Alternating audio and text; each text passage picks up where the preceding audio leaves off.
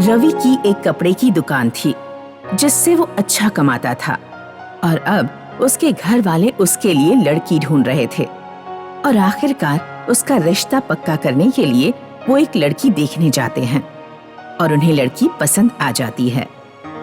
हमें तो आपकी बेटी बहुत अच्छी लगी। हमारी तरफ से यह रिश्ता पक्का। रिश्ता पक्का करके रवि के पिता घर आ जाते हैं और रवि को लड़की के बारे में बताते हैं और रवि बिना किसी सवाल जवाब के शादी के लिए तैयार हो जाता है। मैं शादी करने को तैयार हूँ पिताजी। आपको लड़की और उसका परिवार अच्छा लगा तो वो लोग जरूर अच्छे ही होंगे। जल्द ही रवि और शीतल की शादी हो जाती है। शीतल और रवि दोनों ही एक दूसरे को पसंद करते हैं। तुम बताओ, तुम्हें क्या चाहिए? मैं तुम्हारे लिए ले आऊंगा। आप जो ले आएंगे मुझे पसंद आ जाएगा। अच्छा, तुम्हें साड़ी पसंद है या सूट? मुझे तो सूट पसंद है, लेकिन आप अगर साड़ी देंगे तो भी मुझे अच्छा लगेगा। अब रवि शीतल के लिए एक साड़ी और सूट लाता है। ये देखकर शीतल बहुत खुश होती है। आप तो दोनों ही चीज ले आए हैं, साड़ी भी सूट भी। हाँ, तो तुम्हें सूट पसंद है और मुझे साड़ी। अब तुम दोनों पहनो। दोनों एक दूसरे के साथ बहुत खुश थे और फिर शीतल एक हफ्ते के लिए मायके चली जाती है।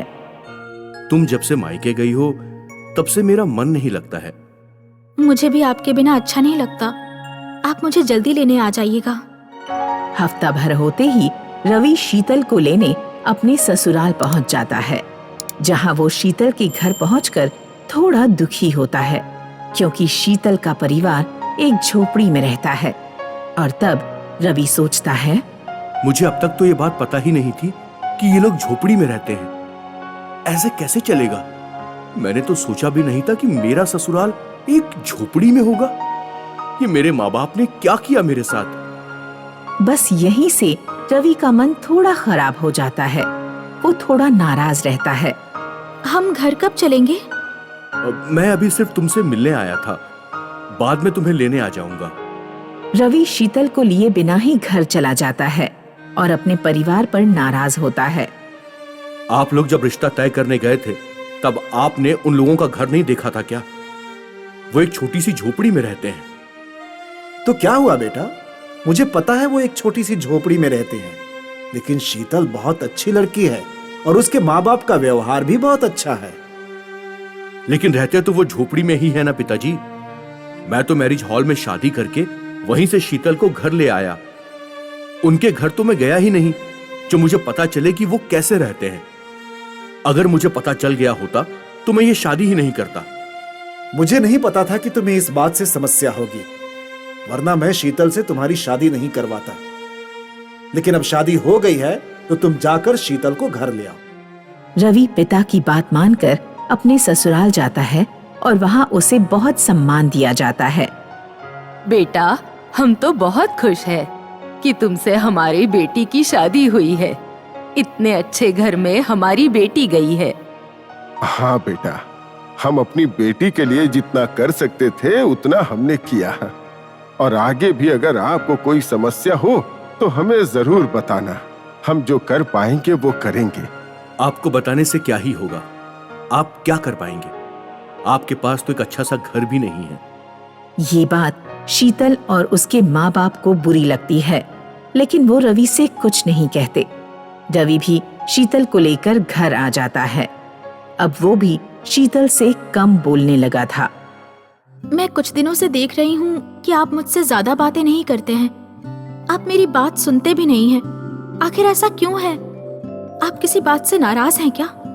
मैं तुमसे नाराज नहीं हूँ, मैं अपने पिता से नाराज हूँ। क्यों? कुछ कहा है उन्होंने आपसे? नहीं, लेकिन उन्होंने मुझे नहीं बताया कि तुम एक झोपड़ी में रहती हो।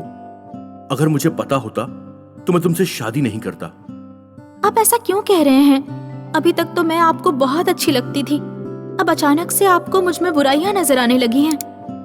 बुराई नहीं कर रहा हूँ, बल्कि सच ही बोल रहा हूँ। मेरी खुद की ही दुकान और खुद का घर है, तो मुझे भी उम्मीद रहेगी ना। बस इसलिए मैं नाराज हूँ। अब रवि अक्सर ही शीतल को डांट दिया करता था। शीतल, ये क्या बनाया तुमने? कितना मीठा बना दिया है। पापा को तो अच्छा लगा।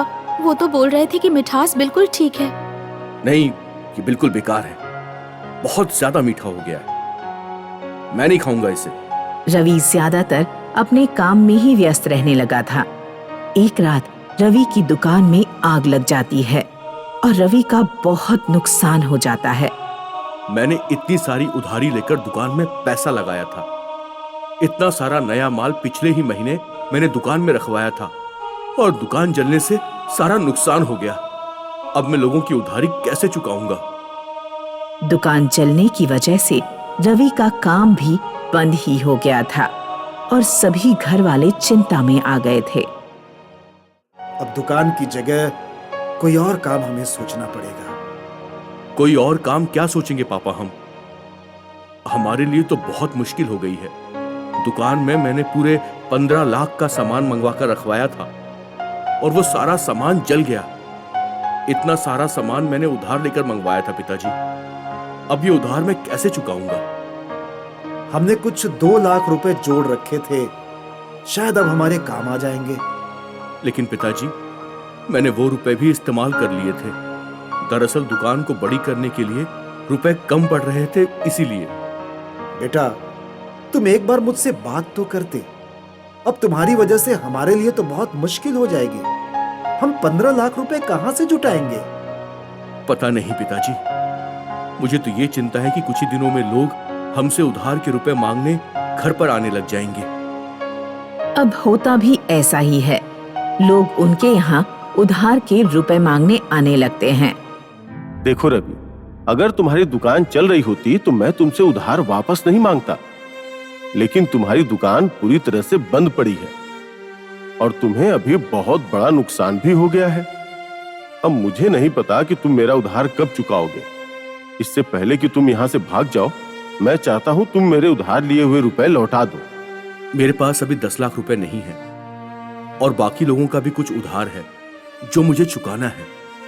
वो सब मुझे नहीं पता, मुझे तो अपने रुपए चाहिए। मैं 2 दिन बाद फिर से आऊंगा। अब रवि बहुत ज्यादा परेशान रहने लगता है। एक समय शीतल अपने पिता से बात कर रही होती है कि तभी वहां रवि आ जाता है और वो शीतल को डांट देता है। तुम जब देखो फोन पर बात करती रहती हो, घर पर भी ध्यान दिया करो।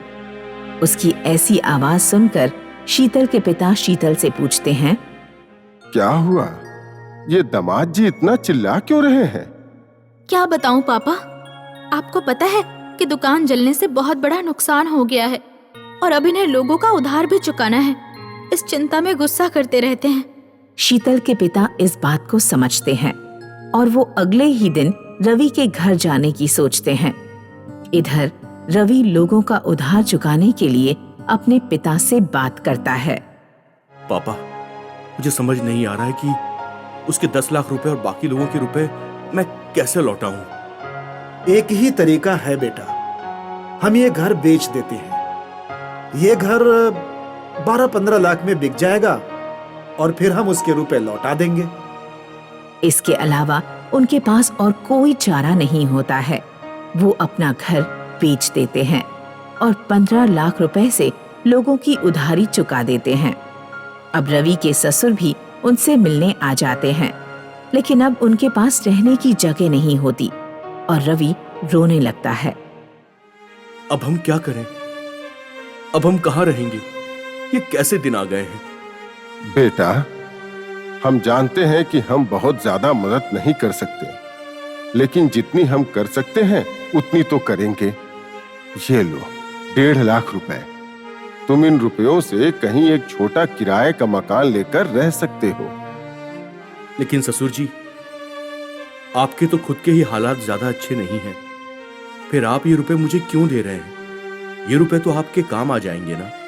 अरे बेटा, इस समय इन रुपयों की जरूरत तुम्हें है, इसलिए तुम इनका इस्तेमाल करो और इन्हें लौटाने की चिंता बिल्कुल मत करना। ये रुपए अब तुम्हारे हैं। हाँ, हम किराए के घर में रह लेंगे और तुम कोई काम ढूंढ लेना। शीतल के पिता की बात रवि को छू जाती है।